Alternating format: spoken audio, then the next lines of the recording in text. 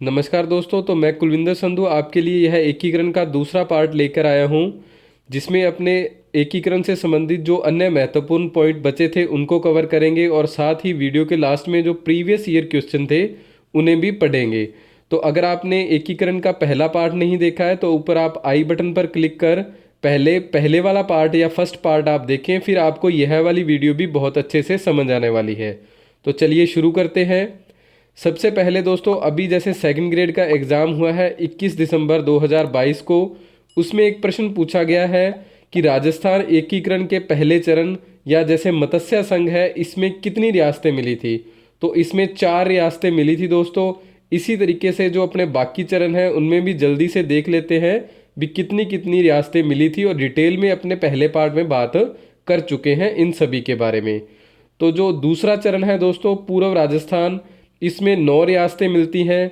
और जो तीसरा चरण है संयुक्त राजस्थान का, इसमें केवल एक रियासत उदयपुर मिलती है और संयुक्त राजस्थान का निर्माण होता है। और जो अगला चरण है, चौथा चरण राजस्थान एकीकरण का, इसमें वृहत राजस्थान में राजस्थान की जो बड़ी बड़ी रियासतें हैं 4 रियासतें आकर मिलती हैं। आगे दोस्तों, जो एकीकरण का पांचवा चरण है, इसमें मत्स्य संघ आकर शामिल होता है। यानी कि जो 4 रियासतें मिलकर मत्स्य संघ बना था वह क्या है, मिलता है और वृहत संयुक्त राजस्थान का निर्माण होता है। और आगे है दोस्तों छठा चरण। छठे चरण में दोस्तों केवल एक रियासत मिलती है, सिरोही रियासत, आबू क्षेत्र को छोड़कर। अब दोस्तों एकीकरण का जो अंतिम चरण है, इसमें क्या है, एक तो सिरोही में जो आबू रोड है और जो केंद्र शासित प्रदेश अजमेर था वह राजस्थान के अंदर मिलता है। और 1 नवंबर 1956 को राजस्थान का एकीकरण 7 चरणों के साथ कंप्लीट होता है और 7वें चरण को नाम दिया गया था पुनर्गठित राजस्थान।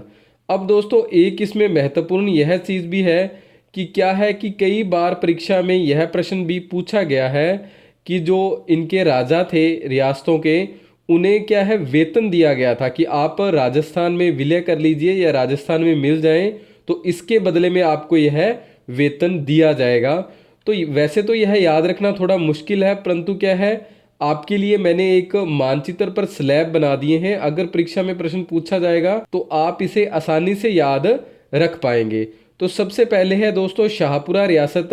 आप कलर के हिसाब से देख सकते हैं, जो इसके जो राजा थे उन्हें क्या है जो वेतन दिया जाता था 1 लाख रुपए से कम दिया जाता था। कितना, 90,000 रुपये वेतन दिया जाता था शाहपुरा के जो राजा थे। उसके बाद जो आगे रियासतें हैं अपने पास, उनका जो वेतन है 1 लाख से 2 लाख तक था। कौन कौन सी है, किशनगढ़, करौली, प्रतापगढ़, डूंगरपुर, बांसवाड़ा, झालावाड़ और जैसलमेर। इनका जो वेतन था 1 लाख से 2 लाख के मध्य था। आपको याद सिर्फ इतना ही रखना है, जो फिक्स अमाउंट है यह याद रखने की जरूरत नहीं है। इतने से ही आपका जो प्रश्न है सॉल्व हो जाएगा। परंतु फिर भी मैं आपको डिटेल में बता देता हूँ। जो प्रतापगढ़ के थे उन्हें 1,02,000 रुपये, करौली को 1,05,000 रुपये, बांसवाड़ा को 1,26,000 रुपये, झालावाड़ को 1,36,000, किशनगढ़ को भी 1,36,000 रुपये और जैसलमेर को 1,80,000 रुपये और डूंगरपुर को 1,98,000 रुपये की राशि दी जाती थी भी। अब आगे बात करते हैं उन रियासतों की जिन्हें 2 लाख से लेकर 5 लाख तक वेतन दिया गया, जैसे सिरोही रियासत, टोंक, बूंदी और धौलपुर। इन्हें जो वेतन दिया गया दोस्तों वो 2 लाख से लेकर 5 लाख तक दिया गया। सिरोही को 2,12,000 रुपये, धौलपुर को 2,64,000 रुपये और टोंक को 2,78,000 रुपये और बूंदी को 2,81,000 रुपये वेतन दिया गया था। अब आगे है 5 लाख से लेकर 7 लाख तक जिन रियासतों को वेतन दिया गया था उनकी बात करते हैं। तो इसमें अलवर, भरतपुर और कोटा, ये 3 रियासतें दोस्तों शामिल थी जिन्हें 5 लाख से लेकर 7 लाख तक वेतन दिया जाता था। भरतपुर को 5,02,000 रुपये, अलवर को 5,20,000 रुपये और कोटा को 7 लाख रुपये वेतन दिया जाता था। अब अपने अंतिम बात करते हैं जिनका वेतन 7 लाख से अधिक था। जिनका वेतन 7 लाख से अधिक था वे बड़ी जो रियासतें थी केवल वही हैं, सिर्फ जैसलमेर को छोड़कर। इसमें उदयपुर, जोधपुर, बीकानेर और जयपुर, इन चारों को क्या है 7 लाख से अधिक वेतन मिलता था, जिसमें उदयपुर, जोधपुर और बीकानेर को 10 लाख रुपए वेतन और जो जयपुर के राजा थे उन्हें 18 लाख रुपए वेतन दिया जाता था। अब दोस्तों बात करते हैं अपने जो प्रीवियस ईयर एकीकरण से संबंधित क्वेश्चन पूछे जा चुके हैं उनके बारे में। आपको यह प्रश्न देखने के बाद पता चल जाएगा कि किस तरीके के प्रश्न एग्जामिनर अक्सर परीक्षा में पूछते रहे हैं। तो सबसे पहले बात करते हैं राजस्थान के एकीकरण से पूर्व राजस्थान में कितनी रियासतें और ठिकाने थे।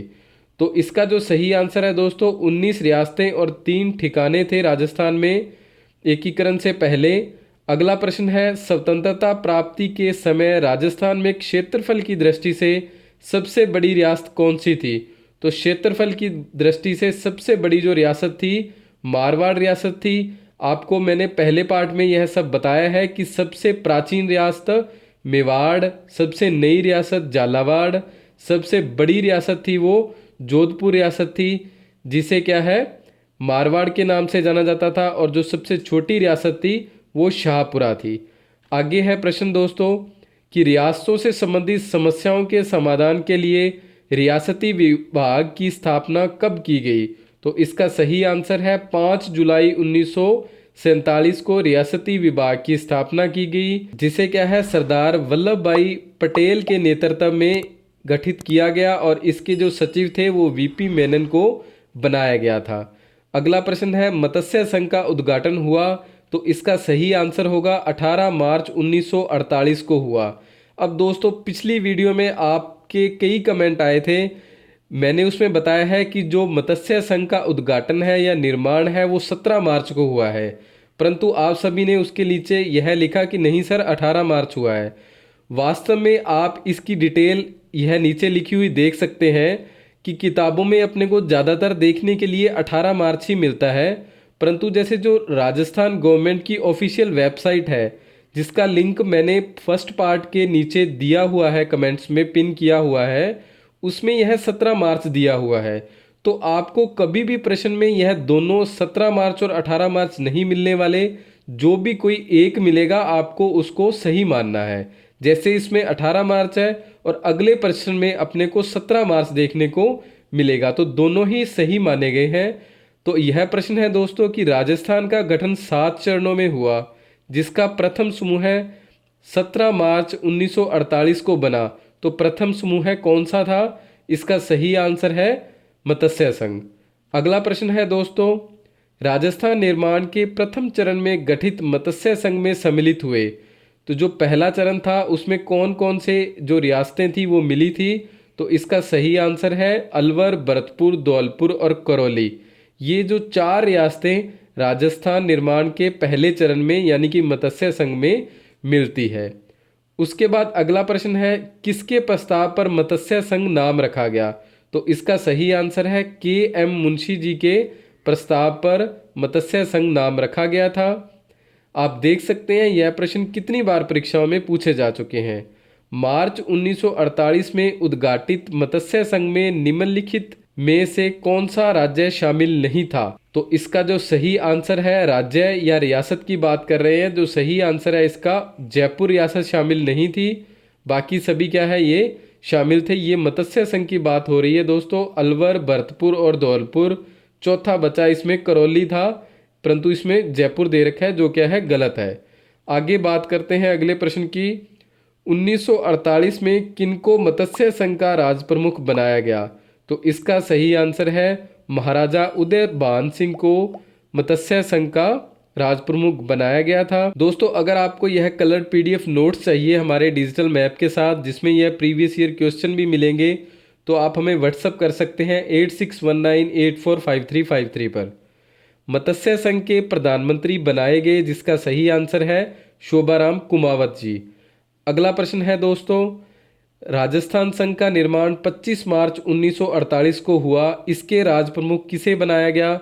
तो सही आंसर है महाराव कोटा को बनाया गया, जिनका नाम क्या था भीम सिंह था। अगला प्रश्न है दोस्तों 25 मार्च 1948 को गठित राजस्थान संघ में निम्नलिखित देशी रियासतों का कौन सा समूह सम्मिलित नहीं था।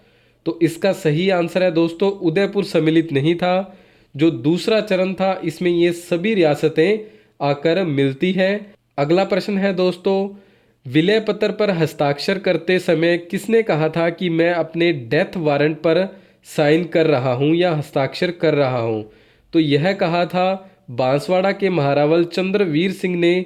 जब विलय पत्र पर साइन किए तो उन्हें कुछ ऐसी फीलिंग आ रही थी कि जैसे मैं अपने डेथ वारंट पर साइन कर रहा हूँ। आगे है प्रश्न अपना, संयुक्त राजस्थान का अप्रैल 18 1948 को किसने उद्घाटन किया? जिसका सही आंसर है जवाहरलाल नेहरू ने उद्घाटन किया था। अगला प्रश्न है दोस्तों, संयुक्त राजस्थान के प्रधानमंत्री रहे हैं, जिसका सही आंसर है माणिक्यलाल वर्मा। अगला प्रश्न है दोस्तों, वृहत राजस्थान का उद्घाटन 30 मार्च 1949 को किसके द्वारा किया गया था? जिसका सही आंसर है दोस्तों वल्लभ भाई पटेल के द्वारा वृहत राजस्थान का जो उद्घाटन है 30 मार्च 1949 को किया गया था। दोस्तों यदि आपको हमारा यह प्रयास अच्छा लगा हो तो प्लीज़ वीडियो पर लाइक शेयर और कमेंट जरूर कीजिएगा।